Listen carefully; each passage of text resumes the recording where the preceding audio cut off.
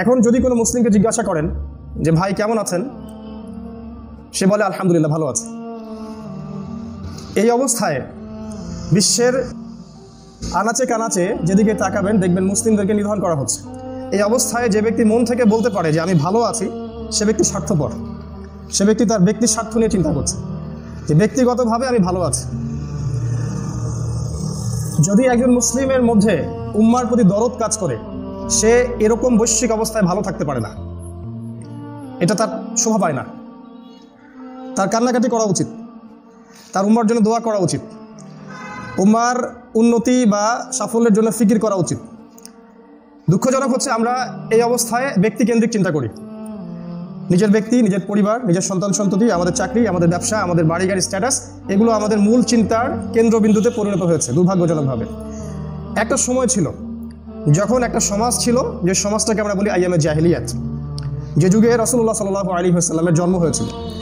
এবং সেই যুগে আপনি খেয়াল করলে দেখবেন সমাজের মধ্যে 5টা সমস্যা ছিল মেজর, 5টা মৌলিক সমস্যা ছিল। একটা হচ্ছে শিরক, শিরক মানে আল্লাহ রাব্বুল আলামিনের তাওহীদের সাথে অন্য ঈশ্বরকে শরীক করা, আল্লাহর বিধানকে বাদ দিয়ে অন্যের বিধান দিয়ে সমাজ পরিচালনা করা।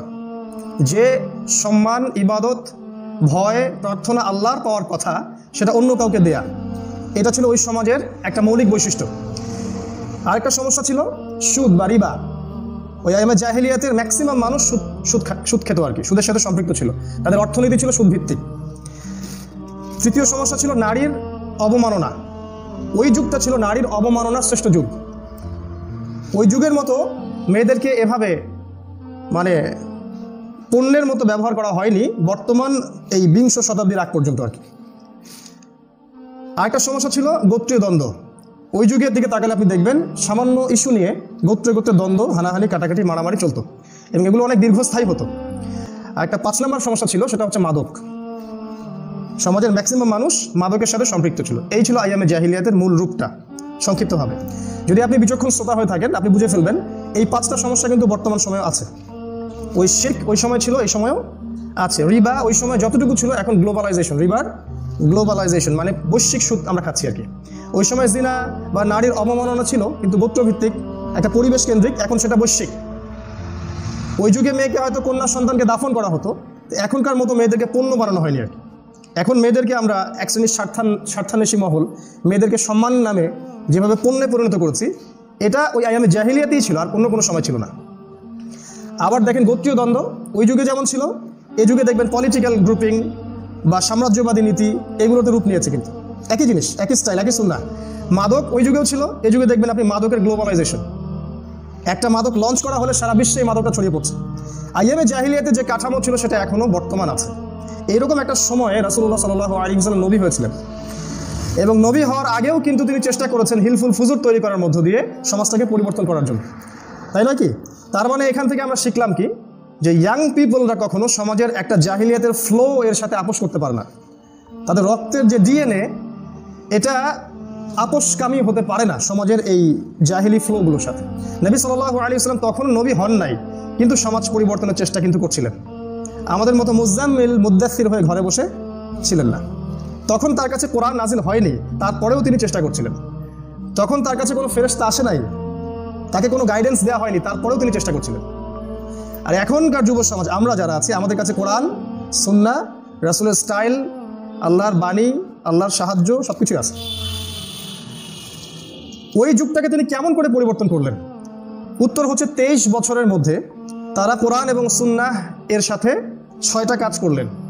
রাসূলুল্লাহ সাল্লাল্লাহু আলাইহি ওয়াসাল্লাম নিজে এবং সাহাবায়ে কেরাম সবাই মিলে একটা জামাআহ, একটা উম্মাহ, একটা নেশন, তারা যেটা করলেন, তারা কোরআন পড়া শিখলেন, তারা জ্ঞান অর্জন করলেন, তারা কোরআনের অর্থটা বুঝলেন, কোরআনের সমস্ত আদেশ একটা একটা করে তারা কিন্তু পালন করলেন, কোরআনের সমস্ত নিষেধ একটা একটা করে কিন্তু ছেড়ে দিলেন। কোরআনের দাওয়াত তারা মানুষের ডোর টু ডোর পৌঁছে দিলেন, ঘরে ঘরে। এমনকি পররাষ্ট্র নীতি পর্যন্ত কোরআনের দাওয়াত তারা পৌঁছে দিলেন। এবং সর্বসাকুল্যে কি হলো, কোরআনের যে হুকুম, যে বিধান, যে শাসন, হুদুদ, যে লস, এগুলো তারা সমাজে কিন্তু বাস্তবায়ন করলেন। এভাবে 23 বছর পরের মক্কার দিকে আপনি তাকান, দেখবেন সেখানে কোনো সুদ নাই, সেখানে কোনো জিনাও নাই, সেখানে কোনো শিরকও নাই, কোনো মূর্তি পূজাও নাই, গোত্রীয় দ্বন্দ্বও নাই, নারীর কোনো অবমাননাও নাই। এই 23 বছরে সমাজ পরিবর্তন হয়ে গেল। সোনালী যুগটা আপনাকে দেখাচ্ছি আগে। এই এস্টাবলিশমেন্টটা এমনি এমনি হয়নি, এর জন্য অনেক ত্যাগ তিতিক্ষার প্রয়োজন হয়েছিল। তাদেরকে কাউকে জীবন দিতে হয়েছে, কাউকে শুলিতে চড়তে হয়েছে, কাউকে জিহাদের মাঠে শহীদ হতে হয়েছে, কাউকে ট্র্যাপে ফেলে কাফেররা হত্যা করেছে, ইনক্লুডিং আমাদের নবী সাল্লাল্লাহু আলাইহি ওয়াসাল্লামকে 15 বার হত্যা করার চেষ্টা করা হয়েছে, তাকে 16টা গালি খেতে হয়েছে, তাকে দেশ ত্যাগ করতে হয়েছে, সমাজ ত্যাগ করতে হয়েছে, পরিবারকে ছেড়ে যেতে হয়েছে। অনেক দূরের কোনো দেশ আবিসিনিয়া বা তায়েফ, সেখানে গিয়ে তাদেরকে রিফিউজি হয়ে থাকতে হয়েছে। এমনি এমনি সাফল্যটা আসে নাই। এক পর্যায়ে মদিনা ইসলামী খেলাফা বাস্তবায়ন হয়েছে, সেখান থেকে পরে সশস্ত্র যুদ্ধের দিকে আমরা এসেছি। একটা একটা করে বদর, উহুদ, খন্দক, খায়বার, হুনাইন, একটা একটা করে যুদ্ধ হয়েছে। এবং আমরা 23 বছর পরে গিয়ে দেখি যে শুধু মক্কা নয়, পুরো জাজিরাতুল আরবের মধ্যেই ইসলামের কালিমার পতাকা প্রতিষ্ঠিত হয়েছে। এই পথটা কিন্তু সহজ ছিল না, বন্ধুর একটা পথ ছিল। কোনো সাহাবী একটা দিনের জন্যও এই পথে ক্লান্ত হয়ে পড়ে থাকেন নাই। আমি ক্লান্ত হয়ে গেছি, আর চলতে পারছি না, এরকম কনসেপ্টে তারা বিশ্বাসী ছিলেন না। একটা দিন, একটা রাতের জন্য আমাদের নবী সাল্লাল্লাহু আলাইহি ওয়াসাল্লাম দায়িত্ব অবহেলা করেন নাই, পিছু পা হন নাই, ভয় পান নাই, ব্যাকফুটে আসেন নাই, ডিফেন্সিভ কোনো স্ট্র্যাটেজি অ্যাপ্লাই করেন নাই। তাকে বলা হয়েছে এক হাতে চাঁদ এক হাতে সূর্য এনে দিলেও আমি আমার হকের এই দাওয়াত থেকে পিছু পা হব না। এরপরে যদি আপনি তাকান, আপনি দেখবেন ওই যে প্ল্যাটফর্মটা রাসূল সাল্লাল্লাহু আলাইহি ওয়াসাল্লাম ক্রিয়েট করে দিয়ে গেলেন, তার উপর ভিত্তি করে আবু বকর সিদ্দিক রাদিয়াল্লাহু আনহু এর খেলাফত আসলো। তখন ইসলাম আরও এক্সপ্যান্ড করলো, আরও বেশি বড় পরিসরে ইসলাম ছড়িয়ে গেল। তারপরের যুগটার দিকে তাকান, উমর ইবনুল খাত্তাব, তখন দেখবেন আরও ব্যাপকভাবে ইসলাম ছড়িয়ে গেল। বিশ্বের অর্ধবিশ্ব, পুরো অর্ধবিশ্ব পর্যন্ত আমরা শাসন করলাম। এই অর্ধবিশ্বের মধ্যে একটা ব্যক্তি খুঁজে পাওয়া যেত না যে ইচ্ছা করে কারোর উপর জুলুম করছে। একটা মেয়ে কখনো এরকম অভিযোগ নিয়ে আসতো না যে আমাকে কেউ ইপটিজিং করেছে, আমাকে কেউ রেপ করেছে। এক ভাই আরেক ভাইয়ের জন্য কেস করতে আসতো না যে আমার সম্পত্তি সে আত্মসাৎ করেছে। রাষ্ট্রীয় কোষাগার থেকে কেউ আত্মসাৎ করেনি সম্পদ। রিলিফের মাল কেউ মেরে খায় নাই। প্রত্যেকটা চোরের হাত তখন কেটে ফেলা হয়েছে। প্রত্যেকটা কেউ যদি জিনা করেও ফেলে তাকে শাস্তি দেওয়া হয়েছে। কেউ যদি কাউকে অন্যায়ভাবে হত্যা করেও ফেলে তাকে কেসাস করা হয়েছে। ইসলামের প্রতিটা বিধান ওই সমাজে বাস্তবায়ন করা হয়েছে। এবং খেজুর পাতার তৈরি একটা মসজিদ থেকেই ইসলামের এমন বলিষ্ঠ হুঙ্কার সারা বিশ্বে ছড়িয়ে পড়েছে যে পারস্য, রোমান, এইসব সভ্যতাগুলো পর্যন্ত ইসলামের সামনে দাসত্ব স্বীকার করতে বাধ্য হয়েছে। তারপরের দিকে আপনি তাকে উসমান রাদিয়াল্লাহু আনহুর সময় একই চিত্র দেখবেন। ইসলাম পরাজিত হয়নি, আরও এক্সপ্যান্ড করেছে। আলী রাদিয়াল্লাহু আনহুর যুগ এটাও এরকমই ছিল, হয়তো মাঝখানে কিছু গৃহযুদ্ধ ছিল, কিন্তু ওভারঅল এটাই ঠিক ছিল। এই যে 30 বছর চলে যাওয়ার পর থেকে এই যে অধঃপতন একটা একটা করে শুরু হলো। নবী সাল্লাল্লাহু আলাইহি ওয়াসাল্লাম বলে গিয়েছিলেন যে আমার উম্মতের এই খেলাফা 30 বছর থাকবে, 30 বা 33 বছর। এরপর আসবে রাজাদের যুগ, জবরদখলকারীদের যুগ, অন্যায়ের যুগ, ফাসাদের যুগ। তারপরে আসবে আবার নবুয়তের আদলে খেলাফা, ওটা পরে। এই খেলাফত যখন চলে গেল, খোলাফায়ে রাশিদিনের যুগ যখন চলে গেল, তারপরে আসলো বিভিন্ন ভ্রান্ত দল এবং মতের যুগ।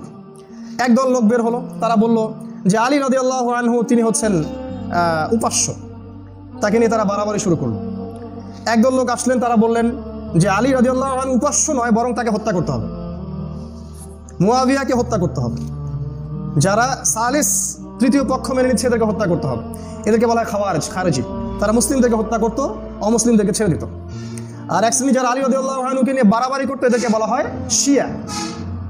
আরেক শ্রেণী বের হলো যারা বলছে তাকদীর বলতে কিছু নাই, মানুষ নিজেই তার ভাগ্যের নিয়ন্ত্রণ, এদেরকে বলা হয় কাদারিয়া। আর এক দল লোক বের হলো যারা বলে যে ভাগ্যই সব, মানুষের কর্মের কোনো স্বাধীনতা নাই, এদেরকে বলা হয় জাবারিয়া।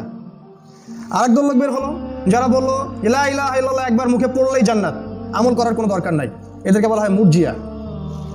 আর আপনার দেশের গভর্নমেন্ট সহ পুরো ওয়ার্ল্ডের সমস্ত গভর্নমেন্ট কিন্তু মুরজিয়া। তারা মনে করে একবার লা ইলাহা ইল্লাল্লাহ পড়লেই জান্নাত, আমল করার দরকার নাই। আরও একদল লোক বের হলো যারা বলো না, মুহাম্মদ সাল্লাল্লাহু আলাইহি সাল্লাম শেষ নবী না, মুসাইলামা কাযযাব সেও নবী, নাউযুবিল্লাহ। আর একজন কাহিনা, একজন মহিলা গণক, সেও নবী। এভাবে প্রায় 27 জন নিজেদেরকে নবী দাবি করবে কিয়ামত পর্যন্ত, নবীজি বলেছেন। তার মধ্যে আমাদের কন্টিনেন্টের গোলাম আহমদ কাদিয়ানিও একজন। এরকম একদল লোক আবার বের হলো। আরেকদল লোক বের হলো অগ্নি পূজক, মাজুস, যারা বাইরের দিক থেকে মুসলিম, ভিতরে মাজুস, অগ্নি পূজক। আরেকদল লোক বের হলো যারা বাইরের দিক থেকে মনে হয় মুসলিম, ভিতরে ইহুদি, আব্দুল্লাহ বিন সাবা এর অনুসারী। এভাবে বিভিন্ন দল উপদল বের হতে লাগলো। একদল লোক বের হলো যারা সুফিজমের নামে এমন কিছু শুরু করলো যে ইসলামকে সমাজ থেকে বের করে তারা মসজিদের কোনায় নিয়ে চলে আসলো। সারাদিন মসজিদে বসবেন আর তাসবিহ টিপবেন, বাইরে ইসলামের অন্য কোনো হেদায়েত নাই। আরও একদল লোক বের হলো, তারা মনে করলো না, ইসলাম এভাবেই যাবে, আমাদেরকে বড় বড় শক্তিদের সাথে আপোষ করে নিতে হবে। এখন আর জিহাদের কনসেপ্ট নাই, এখন সবাই মিউচুয়াল আন্ডারস্ট্যান্ডিং দিয়ে ইসলাম কায়েম করবে। বিভিন্ন চিন্তা চেতনার দর্শন বের হলো, প্রায় শতাধিক। এগুলো নিয়ে আমরা প্রায় 5 বছর পড়েছি, বলতে গেলে সময় শেষ হয়ে যাবে। এরকম বিভিন্ন উপদলে মানুষ বিভক্ত হয়ে গেল, আস্তে আস্তে আমাদের শক্তি কমতে থাকলো। ওলামায়ে কেরামদের মধ্যে একদল সমাজ সংস্কারের চেষ্টা করতে থাকলেন, তাদেরকে জেল ছুরি ফাঁসি দিয়ে হত্যা করা হলো। আর এক দল এই ফিতনা থেকে বের হয়ে চলে গেলেন, এই ফিতনার মধ্যেই থাকবো না, আমরা ফিতনা থেকে ডিসকানেক্টেড হয়ে যাব। তারাও একটা ভালো পদক্ষেপই নিয়েছিলেন, না হলে ওই সব আলেমদেরকে আমরা পেতাম না। একদল আলেম ওলামা বের হয়ে আসলেন, তারা কোরআন এবং হাদিসের মৌলিক বিষয়গুলো মানুষের কাছে প্রচার করতে লাগলেন। একদল ফকিহ বের হলেন, যারা বিভিন্ন মাযহাবের বড় বড় ইমাম হলেন এবং লোকজন তাদেরকে অনুসরণ করতে শুরু করলো। এভাবে সময় চলতে থাকলো। একটা পর্যায়ে ক্ষমতা রদবদল হতে লাগলো, একবার আব্বাসীয়দের হাতে ক্ষমতা, একবার উমাইয়াদের হাতে, একবার উমাইয়াদের হাতে, একবার আব্বাসীয়দের হাতে, একবার ফাতেমিদের হাতে, আরেকবার দেখা যায় টার্কিশদের হাতে, আবার ওই কর্ডোবার হাতে, আবার দেখা যায় এদিকে আপনার আফগানদের হাতে বা মুঘলদের হাতে। ক্ষমতার পালাবদল, ইসলামী খেলাফা একবার ওইখানে, একবার এইখানে, একবার এইখানে, একবার এখানে। ইউনাইটেড নেশনসটা ভেঙে গেল, মুসলিম উম্মার ইউনিটি, ওয়ান উম্মা ওয়ান জামা, এটা ভেঙে গেল। এই বিষয়টা নিয়ে কেউ কাঁদে না এখন। ইসলামের ওয়ান উম্মা ওয়ান জামা ভেঙে গেছে, এটা কারো মাথা ব্যথার কারণই না। এখন মানুষ এটার জন্য কাদার সময় পায় না যে ইসলামের খেলাফা নাই, শব্দটা বলতেও তারা ভয় পায়। অথচ খেলাফার যুগটা আপনাদেরকে বললাম একটু আগে, একটা ব্যক্তি খুঁজে পাওয়া যেত না যে মাজলুম, যাকে জুলুম করা হয়েছে। একজন ব্যক্তি খুঁজে পাওয়া যেত না যে অন্যায়ের শিকার হয়েছে, যার হক নষ্ট করা হয়েছে। আর এখন তো আপনি চারপাশে দেখছেন যে অন্যায়টা যেন আমাদের গায়ে হয়ে গেছে। আর দুর্নীতি হবে এটাই স্বাভাবিক, চুরি হবে এটাই স্বাভাবিক, ঘুষ দেওয়াই লাগবে এটাই স্বাভাবিক, সুদ খেতে হবে এটাই নিয়ম, সরকারের 1 কোটি টাকার বাজেট আসবে, আমার কাছে 10,000 টাকা আসবে, এটাই নিয়ম। আমরা যেন এগুলো শুধু ইউজ টু হয়ে গেছি। এই যুগ আর খেলাফার যুগের মধ্যে জান্নাত জাহান্নামের পার্থক্য, আকাশ এবং পাতালের পার্থক্য। নবীজি ওইটা আমানত দিয়ে গিয়েছিলেন আমাদেরকে। আস্তে আস্তে সেই জামাটা ভেঙে গেল। সর্বশেষ একটা জামা বাকি ছিল, সেটা হচ্ছে এই টার্কিশ বা ওসমানীয় খেলাফতের জামা। আপনারা হয়তো আর্তুগরুল দেখেছেন, অনেকে ইউটিউবে দেখেছেন হয়তো। তার ছেলে উসমান, তাদের হাত ধরে অটোমান এম্পায়ার আস্তে আস্তে এক্সপ্যান্ড করতে লাগলো এবং প্রায় বেশ কয়েক শতাব্দী তারা ইসলামী খেলাফাটাকে ধরে রেখেছিল। আমরা বলছি না তারা 100% পারফেক্ট ছিল, কিন্তু অ্যাটলিস্ট ইসলামের একটা শেল, খেলাফার একটা শেল বাকি ছিল, আমাদের একটা শক্তি বাকি ছিল। তারপর কি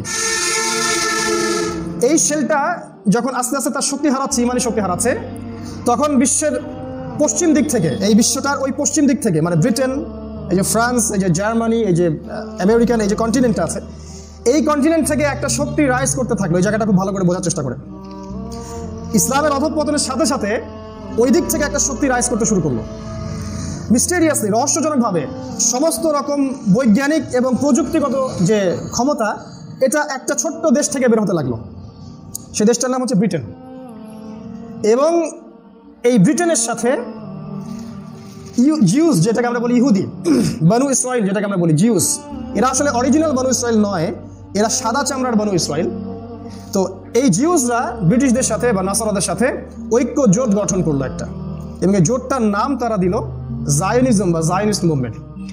এবং এই মুভমেন্টটা ব্রিটিশ এই সভ্যতাটাকে রাইজ করলো আস্তে আস্তে, এবং এই ব্রিটেনের হাত ধরে তারা পুরো বিশ্বে তাদের যে সাম্রাজ্যবাদী নীতি এটা প্রতিষ্ঠা করলো। পৃথিবীর এমন কোনো প্রান্ত ছিল না, দরকার ছিল না, পৃথিবীর এমন কোনো প্রান্ত ছিল না যেই প্রান্তে তারা তাদের সামরিক ঘাঁটি বা নৌবহর স্থাপন করে নাই, এমন কোনো প্রান্ত নাই। এবং যতক্ষণ পর্যন্ত তাদের স্বার্থ উদ্ধার হচ্ছিল না, ততক্ষণ পর্যন্ত তারা কিন্তু সেখান থেকে সরে আসে নাই। খেয়াল করে দেখবেন, ইভেন আমাদের এদিকেও তারা 200 বছর রাজত্ব করেছে।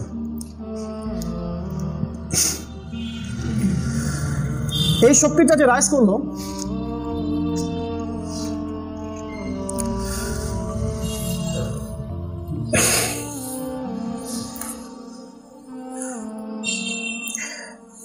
এই সভ্যতাটা রাইজ করার পিছনে এক শ্রেণীর মানুষের ইন্ধন ছিল। সেই ইন্ধনযুক্ত মানুষদেরকে আমরা বলে থাকি এরা হচ্ছে জায়নিস্ট। আপনাদেরকে বলে দেই, তারা যখন এই বিশ্বের বুকে মাথা তুলে দাঁড়ায়, ঠিক ওই সময়েই ফেরাউনের লাশটা ভেসে ওঠে। ফেরাউনের লাশটা ভেসে ওঠা এবং জায়নিস্ট মুভমেন্টের এই যে ইমার্জ এই বিশ্বে, এটার মধ্যে একটা কানেকশন আছে। আমাদের ব্যাখ্যা হচ্ছে, ফেরাউনের যে পরিণতি হয়েছিল শেষে, এই মুভমেন্ট, এই জায়নিস্ট মুভমেন্টের পরিণতি হবে সেরকম ইনশাআল্লাহ তাআলা। এরা যখন রাইজ করলো, তখন বিশ্বের প্রতিটা দেশ, প্রতিটা কন্টিনেন্ট, তারা তাদের সামরিক ঘাঁটি, তাদের আকিদা, তাদের কৃষ্টি, তাদের কালচার, তাদের অস্ত্র, তাদের সামরিক এভরি সিঙ্গেল বেস দিয়ে তারা বিশ্বকে শাসন করা শুরু করলো। আমাদের এই কন্টিনেন্টটা তারা শাসন করেছে প্রায় কত বছর? 200 বছর। আর আমাদের বাপদাদারা আমাদের মতো অকর্মা ছিলেন না। কথা কিছু খারাপ লাগতে পারে, কিন্তু এটাই বাস্তবতা। আমাদের বাপদাদা যারা ছিলেন, শাহ ওলিউল্লাহ মুহাদ্দিস দেহলভী রাহিমাহুল্লাহ, শাহ ইসমাইল শহীদ, ওলামায়ে দেওবন্দ বা অন্যান্য যারা ঘরানার ছিলেন, তারা কিন্তু আমাদের মতো অপদার্থ ছিলেন না। তারা ওদের বিরুদ্ধে সশস্ত্র যুদ্ধ করেছিল এই বাংলার মাটিতে। ওই ব্রিটিশদেরকে তাড়ানো হয়েছে সশস্ত্র জিহাদের মধ্য দিয়েই। আমাদের বাপদাদারা বসেছিল ওই তিতুমির, ওই বাঁশের কেল্লা দিয়েই যুদ্ধ করেছে। তারা এদেরকে তাড়ানোর চেষ্টা করেছে। এই ব্রিটিশরা যখন আসলো, তারা এই বাজার থেকে সমস্ত সোনা এবং রূপাকে তুলে দিল। আমাদের বাপদাদারা বসে থাকেন নাই। তারা বলেছিলেন যে কাগজের টাকাটা জায়েজ নাই, না জায়েজ, আমাদের গোল্ড দিনার এবং সিলভার দিরহামই চলতে হবে। এটা আমাদের বাপদাদারা বলেছিল প্রথম। এখনকার কোনো আলেম ওলামা এই কথাটা বলার সাহস পায় না। যাই হোক, তারা বিশ্বকে শাসন করলো। শুধু তাই না, তাদের সবচেয়ে বড় অ্যাচিভমেন্ট ছিল এটা, ওই ব্রিটিশদের। তারা সমসাময়িক সমস্ত প্রযুক্তি, সমস্ত অর্থনৈতিক শক্তি, সামরিক শক্তি, পলিটিক্যাল পাওয়ার এবং সাম্রাজ্যবাদী শক্তি অর্জন করেছিল। এই শক্তিগুলো তারা কোন কাজে ব্যয় করলো? ন্যায় ইনসাফ প্রতিষ্ঠার কাজে, নাকি জুলুম এবং ফাসাদ সৃষ্টি করার কাজে? তাদের এই ক্ষমতাগুলোকে তারা জুলুম এবং ফাসাদের মাধ্যম বানালো। সর্বশেষ তারা একটা কাজ করলো। সেটা কি? সেটা হচ্ছে যে তারা আমাদের সর্বশেষ খেলাফত, উসমানী অটোম্যান যে খেলাফত, এই খেলাফতটাকে 1914 থেকে 18-এর মধ্যে ধ্বংস করে দিল। তারা একসাথে জেরুজালেমকে আক্রমণ করলো এবং জেরুজালেমটা তারা মুসলিমদের হাত থেকে ছিনিয়ে নিল। এটা 2000 বছরের মধ্যে প্রথম। বিগত 2000 বছরে এই ঘটনাটা কিন্তু ঘটে নাই। 2000 বছর পর এই ঘটনাটা ঘটলো যে এই জেরুজালেম ইহুদিদের জন্য উন্মুক্ত করে দেওয়া হলো। এর আগের 2000 বছর ইহুদিরা সেখানে ঢুকতে পারে নাই। ব্রিটিশরা জেরুজালেমকে উন্মুক্ত করে দিল কাদের জন্য? ওদের নিজেদের জন্য না। ওরা কিন্তু জেরুজালেমে থাকলো না। রহস্যজনক। ওরা পৃথিবীর প্রত্যেকটা জায়গায় কলোনাইজ করলো, জেরুজালেমকে কলোনাইজ করে তারা নিজেরা সেখানে কোনো কিছু করলো না, বরং এক শ্রেণীর মানুষের জন্য জেরুজালেমের দরজা খুলে দিল। তারা কারা? তারা হচ্ছে ইহুদি। রহস্যজনক ব্যাপার। পৃথিবীর প্রত্যেকটা জায়গা থেকে ইহুদিরা সেখানে আসা শুরু করলো এবং আমাদের বাবা, আমাদের মা, আমাদের বোন, আমাদের সন্তানদেরকে নির্বিচারে হত্যা করে তারা সেখান থেকে ফিলিস্তিনিদেরকে তাড়িয়ে দিয়ে ইসরায়েল রাষ্ট্র গঠন করলো। আর আমরা অবশ্য তখন হালুয়া রুটি খাচ্ছিলাম, আর আপোষে মারামারি কাটাকাটি এগুলোতে ব্যস্ত ছিলাম। আমাদের বড় জিহাদ আছে, ইখতিলাফি মাসালাগুলোকে নিয়ে মারামারি করা আর বিভক্তি সৃষ্টি করাটা আমাদের বড় জিহাদ। মূল জায়গায় ফোকাস করার সময় আমাদের নাই। ওরা জেরুজালেম উন্মুক্ত করে ইহুদিদের জন্য একটা স্থায়ী আবাসস্থল তৈরি করে দিল এই 14 থেকে 18-এর মধ্যে। শুধু তাই না, তারা প্রথম বিশ্বযুদ্ধ লাগালো এবং এর ফলে তারা তাদের স্বার্থ উদ্ধার করলো। সবচেয়ে বড় কাজটা তারা যেটা করলো, ইহুদিদেরকে তারা নিয়ে আসলো জেরুজালেমে, রাষ্ট্র গঠন করে দিল। তারা সেখান থেকে চলে গেল। তাদের রোল, তাদের ভূমিকা যেন বিশ্ব থেকে মুছে গেল। তাদের জায়গায় নতুন একটা রাষ্ট্র, নতুন একটা সাম্রাজ্যের উত্থান ঘটলো, সেটা হচ্ছে আমেরিকা। ব্রিটিশরা গন, এখন নতুন স্টেট আসলো আমেরিকা। এবং এই স্টেটটা যেটা করলো, সে ব্রিটেনের মতোই ইসরায়েলের সাথে বন্ধুত্বপূর্ণ সম্পর্ক রেখে চললো। এবং ব্রিটিশরা ইসরায়েলকে যতটা পেট্রোনাইজ করেছিল, আমেরিকা তার চেয়ে বেশি করা শুরু করলো। এবং ব্রিটিশদের যতটা ইকোনমিক ক্ষমতা ছিল, আমেরিকার তার চেয়ে বেশি হলো। ব্রিটেনদের যত মিডিয়ার ক্ষমতা ছিল, আমেরিকার তার চেয়ে বেশি হলো। ব্রিটেনের যত অস্ত্র ছিল, আমেরিকার তার চেয়ে অনেক বেশি অস্ত্র হলো। ব্রিটিশদের যত সামরিক ক্ষমতা ছিল, আমেরিকার তার চেয়ে বেশি হলো। ব্রিটিশদের যত সাম্রাজ্যবাদী নীতি ছিল, আমেরিকার তার চেয়ে বেশি হলো। প্রতিটা ডিপার্টমেন্টে আমেরিকা ব্রিটিশদের চেয়ে ছাড়িয়ে গেল। কিন্তু ইসরায়েলের সাথে ওদের আতাত সম্পর্ক, বন্ধুত্ব বজায় থাকলো। মিস্টেরিয়াস ব্যাপার, রহস্যজনক। কারণটা কি? কারণ এরা একই সূত্রে গাথা। আল্লাহ পাক এই শ্রেণীর ইহুদি এবং এই খ্রিস্টানদেরকে বলেছেন, লা তাত্তাখিদুল ইয়াহুদা ওয়ান নাসারা আউলিয়া, তোমরা এইসব ইহুদি এবং খ্রিস্টানদেরকে বন্ধুরূপে গ্রহণ করো না। বা'দুহুম আউলিয়া ও বা'দ, যারা একে অপরের বন্ধু। ওয়া মান ইয়াতাওয়াল্লাহুম মিনকুম ফাইন্নাহু মিনহুম, তোমাদের মধ্যে যারা ওদের দিকে মুখ ফিরাবে তারা এই উম্মার কেউ না, তারা ওদের অন্তর্ভুক্ত। এটা ছিল ব্রিটিশের রোল। এরপর আমেরিকার রোল। এরপর কি হলো? এরপর আমেরিকার হাত ধরে দেখবেন দ্বিতীয় বিশ্বযুদ্ধ হলো। ইসরায়েল আরও শক্তিশালী হলো। প্রতিটা ঘটনা ঘটছে, একটা মাত্র জাতি সুফল ভোগ করছে। বিশ্বে একটা একটা করে ঘটনা ঘটছে, একটা মাত্র জাতি সুফল ভোগ করছে, বাকি সবাই কুফল ভোগ করছে। কুফল ভোগ করছি আমরা মুসলিমরা এবং যারা ধর্মকেন্দ্রিক চিন্তা করি তারা। আর সুফল ভোগ করছে একটা মাত্র দেশ, একটা মাত্র নেশন, সেটা হচ্ছে ইসরায়েল। কখনো ব্রিটেনের হাত ধরে, কখনো ফ্রান্সের হাত ধরে, কখনো জার্মানির হাত ধরে, কখনো আমেরিকার হাত ধরে তারা ওদের এই বিশ্বকে শাসন করার যে সাম্রাজ্যবাদী নীতি, এটাকে প্রতিষ্ঠা করতে থাকলো। আর এখন কি আপনি দেখবেন যে এখন ইসরায়েল এই সমস্ত রাষ্ট্রগুলোর চাইতে বেশি শক্তি অর্জন করেছে। আপনি এডুকেশন, শিক্ষা বলেন, প্রযুক্তি বলেন, মিডিয়া বলেন, অস্ত্র বলেন, টেকনোলজি বলেন, পররাষ্ট্রনীতি বলেন, রাজনীতি বলেন, প্রত্যেকটা ডিপার্টমেন্টে ইসরায়েল এখন টপ। সারা বিশ্বের 1 নাম্বার রুলিং স্টেট এখন ইসরায়েল, আমেরিকাও না। পুরো বিশ্বের প্রতিটা জায়গার কলকাঠি এরা নাচ্ছে এখন, অন্য কেউ না। ইভেন আমাদের যারা এই যে সাবকন্টিনেন্টে আমরা যারা থাকি, আমাদের এই দেশে আমরা যারা থাকি, আমরা যদি মনে করি আমাদের উপর ওদের নিয়ন্ত্রণ নাই, আপনি ভুল করবেন। প্রতিটা গভর্নমেন্টের উপর ওদের নিয়ন্ত্রণ আছে। হয়তো অনেক সময় গভর্নমেন্ট নিজেও জানে না বিষয়টা, তো ওদের নিয়ন্ত্রণ সব জায়গায় আছে। আর এটাই সেই দেশ যে দেশের রাজধানী জেরুজালেম থেকে বের হবে মাসিহুদ দাজ্জাল, এবং যে তার অনুসারীদেরকে নিয়ে এই বিশ্ব শাসন করবে। অলরেডি ইসরায়েল সেটা করছে। তাহলে এই মাসিহুদ দাজ্জাল কাদের পক্ষ থেকে বের হবে এটা বুঝে নেন। এটা বোঝার জন্য আপনার থিঙ্কিং ক্যাপ মাথার মধ্যে রাখেন। এবার কি, এটা বর্তমান। এরা মনে করছে ফিউচারে কি হবে। এরা মনে করছে, এই জায়নিস্টরা মনে করছে যে আমরা, আমাদের সাথে ইহুদিরা আছে, খ্রিস্টানরা আছে, আমাদের সাথে মুশরিকরা আছে, এবং প্রতিটা দেশের মুনাফিক গভর্নমেন্টও আমাদের সাথে আছে, আমাদের সাথে ফাসিক জালেমরাও আছে। তারা মনে করছে তারা বিশ্ব শাসন করবে এবং তাদের শাসনের মধ্য দিয়ে বিশ্ব শেষ হবে। এটা ওদের মনে হচ্ছে, এটা ওদের হিস্ট্রি, এটা ওদের হিস্টোরিক্যাল অ্যানালাইসিস। কিন্তু আমরা কি দেখছি? আমরা ভবিষ্যৎ যেটা দেখছি সেটা হচ্ছে আমরা দেখছি এই অবস্থায় ইসরায়েল যখন রাইজ করেছে, এই অবস্থায় বিশ্বে একটা বড় যুদ্ধ হতে যাচ্ছে। যেই যুদ্ধ আমরা কোরআন হাদিস থেকে যার নাম বলছি মালহামা, আর বাইবেলে যার নাম লেখা আছে আর্মাগেডন। কোরআন এবং হাদিস আমাদেরকে বলছে এই যুদ্ধে 80টা দেশ একত্রিত হবে, প্রত্যেকটা দেশের আন্ডারে 12,000 করে সৈন্য থাকবে, এবং বিশ্বের প্রাকৃতিক সম্পদগুলো, স্পেশালি গোল্ড, সোনাকে কেন্দ্র করে এই যুদ্ধটা হবে। এবং প্রতি 100 জন সৈন্যের মধ্যে 99টা সৈন্য এই যুদ্ধে মারা যাবে। বিশ্বের 1/3 মানুষ মারা যেতে পারে। এটা কোনো কনভেনশনাল যুদ্ধ হবে না, একটা নিউক্লিয়ার বা পারমাণবিক যুদ্ধ হতে যাচ্ছে। এটা সামনে অপেক্ষা করছে। এই যুদ্ধটা লাগাবে কারা? যারা প্রথম বিশ্বযুদ্ধ লাগিয়েছে ওরাই, যারা দ্বিতীয় বিশ্বযুদ্ধ লাগিয়েছে এরাই এটা লাগাবে। যারা চায় যে দাজ্জাল জেরুজালেম থেকে বের হয়ে বিশ্ব শাসন করুক, তারাই এই যুদ্ধটা লাগাবে সামনে। কাদের মধ্যে? ওই পশ্চিমা সভ্যতা এবং এই তার বিপরীত যে সভ্যতা, আমেরিকান যে ন্যাটো কন্টিনেন্ট, আর অপোজিশনে যে চায়না, রাশিয়া এবং অন্যান্য কন্টিনেন্ট, এর মধ্যে মুসলিমরা ইনভলভ থাকবে। এরপর কি হবে? এই যুদ্ধের শেষের দিকে আপনি পৃথিবীটাকে এরকম দেখতে পারবেন না, এরকম সায়েন্স, এরকম টেকনোলজি হয়তো বা থাকবে না। মেবি আল্লাহু আ'লাম বিসওয়াব, আমাদের মনে হয় এরকম হয়তো থাকবে না। জনসংখ্যা কমে আসবে, আপনি ফ্রেশ বাতাস পাবেন না, সূর্যের আলো একটা সার্টেন টাইম পর্যন্ত পৃথিবীতে আসবে না। কিভাবে খাবার উৎপাদন করবেন ভাবতে থাকেন, কোথায় গিয়ে আশ্রয় নেবেন ভাবতে থাকেন। একটা বোমা যেটা হিরোশিমায় পড়েছে, নাগাসাকিতে পড়েছে, তার চেয়ে এখনকার যে বোমাগুলো আছে পারমাণবিক, এগুলো 1000 গুণ বেশি শক্তিশালী। ছোট্ট একটা দেশ লাইক বাংলাদেশ, ভুটান, নেপাল, এগুলোকে উড়িয়ে দেওয়ার জন্য একটা বোমাই যথেষ্ট, একটাই। তো এই অবস্থা যদি হয়, নিউক্লিয়ার যুদ্ধ, হাজার হাজার নিউক্লিয়ার এক্সপ্লোশন যদি হতে থাকে, বিশ্বের কি অবস্থা হবে সেটা ভাবতে থাকেন। আল্লাহু আ'লাম, বিশ্বের রোটেশনও থেমে যেতে পারে, আল্লাহ ভালো জানেন। এরপর ইমামুল মাহদি মার্চ করবেন, তিনি মুসলিমদের হাল ধরবেন, এবং তার নেতৃত্বে মুসলিমরা যখন ঐক্যবদ্ধ হবে, এবং ইমামুল মাহদি তখন নেতৃত্ব দিয়ে প্রথমত আরব, জাজিরাতুল আরবকে মুক্ত করবেন। এরপর তিনি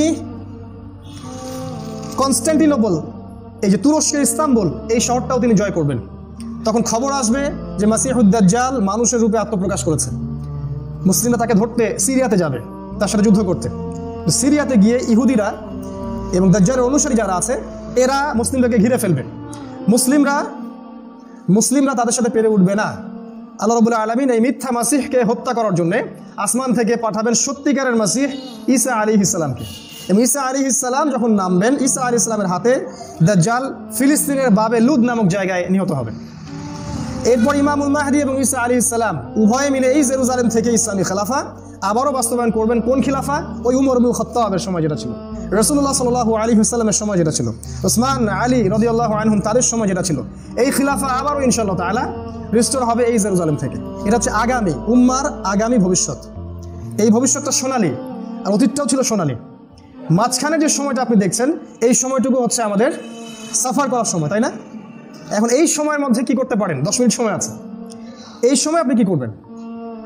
অপশন 1 নাম্বার, আপনি চাইলে এই কাফের, ফাসেক, জালেম, মুশরিক, মুনাফিক যারা আছে, ইসলাম বিরোধী শক্তি, এদের সাথে আপোষ করে ফেলতে পারেন। তাহলে দুনিয়াতে আপনার কোনো সমস্যা হবে না, পরকালে আপনার আযাব ছাড়া কোনো পথ নাই। এটা একটা অপশন, নাম্বার 1। নাম্বার 2, আমরা যেমন করে হেলায় খেলায় দিন পার করছি, ব্যক্তিকেন্দ্রিক চিন্তা করছি, বস্তুবাদিতা, খাওয়া, ভোগবাদিতা, খাওয়া, পড়া, ক্যারিয়ার, বাড়ি গাড়ি, সুন্দরী নারী, চাকরি, স্ট্যাটাস, এর পিছনে ছুটতে পারেন। একসময় আপনি হারিয়ে যাবেন, ইসলাম ঠিকই বিজয়ী হবে। আপনাকে মানুষ ভুলে যাবে, ইসলাম ঠিকই বিজয়ী হবে। এটা একটা অপশন, দেখেন কোনটা ভালো লাগে। নাম্বার 3, আপনি চাইলে এই ফিতনার যুগ থেকে নিজেকে টোটালি ডিসকানেক্টেড করে ফেলতে পারেন। গিয়ে একদম আসহাবুল কাহফের মতো ছোট ছোট কমিউনিটি গড়ে প্রত্যন্ত জায়গায় গিয়ে বসবাস করতে থাকেন, সমাজের এই ফিতনা থেকে ডিসকানেক্টেড হয়ে যান। ফিতনায় থাকলে আপনাকে শিরক করতে হবে। একটা লেকচার আছে আমার ইউটিউবে, বর্তমান শিরকি বিশ্ব, এই বিশ্বের ইকোনমি, এই বিশ্বের রাজনীতি, এই বিশ্বের অর্থনীতি, এই বিশ্বের শিক্ষা ব্যবস্থা, মিডিয়া, প্রযুক্তি, সংস্কৃতি, সবগুলোই শিরকের আঁকড়া। একটাতে ঢুকবেন, আপনাকে শিরক অবশ্যই করতে হবে। আর শিরক করলে আপনার কোনো আমল আর বাকি থাকবে না। হাজারে একজন ব্যক্তি জান্নাতে যাবে, বাকি 999 তাদের আমল নামায় যে পাপটা থাকবে সেটা হলো শিরক। অতএব ডিসকানেক্টেড হতে পারেন, এটা একটা অপশন। যেমন আসহাবুল কাহফ সমাজে টিকতে পারেন নাই, দাওয়াতি কাজ করতে করতে টিকতে পারেন না, এক পর্যায়ে তাদেরকে হিজরত করতে হচ্ছে দূরের কোনো জায়গায়। হিজরত ইব্রাহিম আলাইহিস সালামও করেছেন, আমাদের নবী পর্যন্ত করেছেন, একবার তায়েফে, আবার আবিসিনিয়ায়, আবার মদিনায়। হিজরতের সাথে ইসলামের সম্পর্ক আছে। যখন একটা সমাজে চলছেন, ফলাফল আসছে না, সেখান থেকে হিজরত করে এমন জায়গায় চলে যান যেখানে গেলে আপনি সিকিউরড লাইফ লিড করতে পারবেন এবং শান্তিপূর্ণভাবে দ্বীন ঈমান ধরে রাখতে পারবেন। আর আপনার নবী কিন্তু সেই কথা বলেছেন, শেষ জামানে একটা সময় আসবে যখন মুসলিমদের জন্য সমাজে টেকা সম্ভব হবে না। তার সবচেয়ে উত্তম সম্পদ হবে গবাদি পশু, জমি জমা, সোনা, রূপা, ভেড়ার পাল, এগুলো নিয়ে সে প্রত্যন্ত জায়গায় হিজরত করবে এবং সেখানে তার ঈমান আমলকে হেফাজত করবে। নবী যেটা বলে গেছেন। আরেকটা অপশন হচ্ছে যে আপনাকে আল্লাহ পাক যা দিয়েছেন, আপনার জান, আপনার মাল, সময়, আপনার শ্রম, মেধা, যতটুকু বুঝ আল্লাহ পাক আপনাকে দিয়েছেন, এই বুঝটুকু দিয়ে আপনি আপনার জীবনের শেষ দিন পর্যন্ত, একদম ভেরি লাস্ট ডে পর্যন্ত, ভেরি লাস্ট মোমেন্ট পর্যন্ত আপনি ফি সাবিলিল্লাহ, আল্লাহর পথে দাওয়াত এবং জিহাদ অব্যাহত রাখুন এবং একটা ইউনাইটেড জামা গঠন করুন। যারা কথা শোনে না ওদেরকে ভুলে যান, যারা তর্ক করে ওদেরকে ভুলে যান, যারা উম্মাহকে নিয়ে চিন্তা ভাবনা ফিকির করে না ওদের কথা বাদ দেন। যেসব মানুষ উম্মাহকে নিয়ে চিন্তা করে, আগামীর জন্য সচেতন ইন্টেলেকচুয়াল পিপল এবং স্মার্ট মুসলিমস, যারা ইসলামের বিজয় দেখতে চায়, আবারও সেই খেলাফা রিস্টোর হোক, তারা সেটা চায়, এই ধরনের মানুষদেরকে নিয়ে একটা ইউনাইটেড প্ল্যাটফর্ম গড়ে তোলেন, দেশব্যাপী এবং বিশ্বব্যাপী চেইন নেটওয়ার্ক তৈরি করে ফেলেন। এভাবে আপনি চলতে চলতে হয় আপনাকে তারা মেরে ফেলবে, অথবা আপনাকে গুম করে দিতে পারে, বা ক্রস ফায়ার, বা আপনাকে ফাঁসি।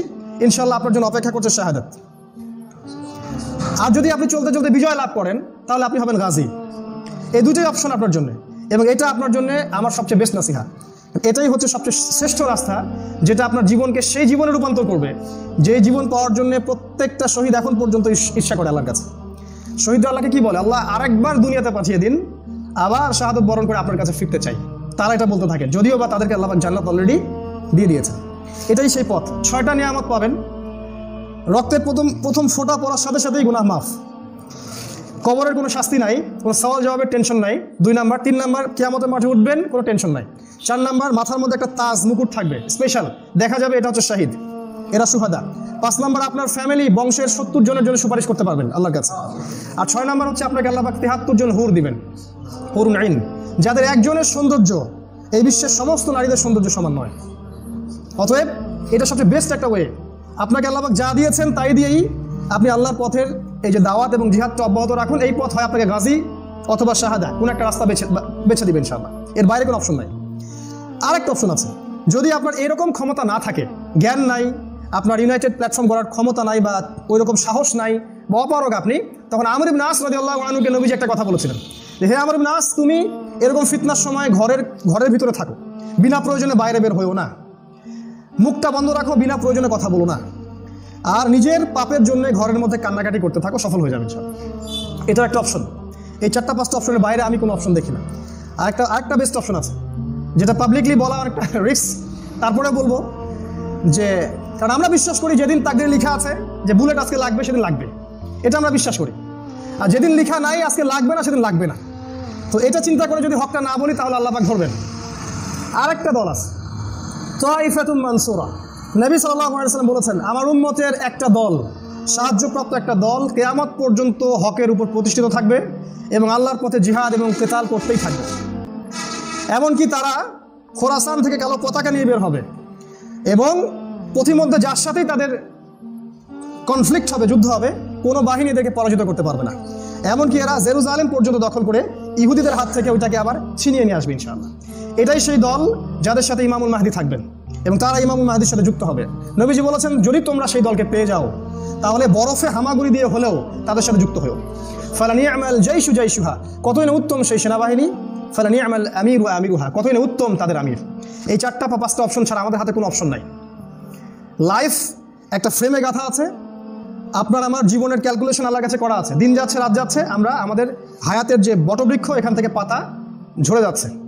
আপনি বা আমি যদি চাই তাও ইসলাম বিজয় হবে, যদি আমরা না চাই তারপরেও ইসলাম বিজয় হবে। আল্লাহ রাব্বুল আলামিন আমরা যদি দায়িত্ব পালন না করি, অন্য কওমকে এই জায়গায় নিয়ে আসবেন, তারা এই দায়িত্ব পালন করবে ইনশাআল্লাহ। আমার ছেলে ওমর, তার হাতে আল্লাহ পাক জেরুজালেম মুক্ত করবেন ইনশাআল্লাহ। আপনার ছেলে খালিদ, তার হাতে ইনশাআল্লাহ আল্লাহ রাব্বুল আলামিন জেরুজালেম মুক্ত করবেন ইনশাআল্লাহ। আল্লাহ পাক চাইলে আপনার মেয়ে সুমাইয়া, সে দেখবেন একজন মুজাহিদের স্ত্রী হবে ইনশাআল্লাহ। আপনাকে ডিসাইড করতে হবে যে আপনি কি চাচ্ছেন। আপনি দিনের বিজয়টা চাচ্ছেন নাকি আপনি পিছু পা হয়ে থাকতে চাচ্ছেন। আসসালামু আলাইকুম। ভিডিওটা যদি ভালো লাগে তাহলে ভিডিওতে একটা লাইক, কমেন্ট, শেয়ার এবং নতুন দর্শক হয়ে থাকলে অবশ্যই চ্যানেলটা সাবস্ক্রাইব করবেন। ধন্যবাদ।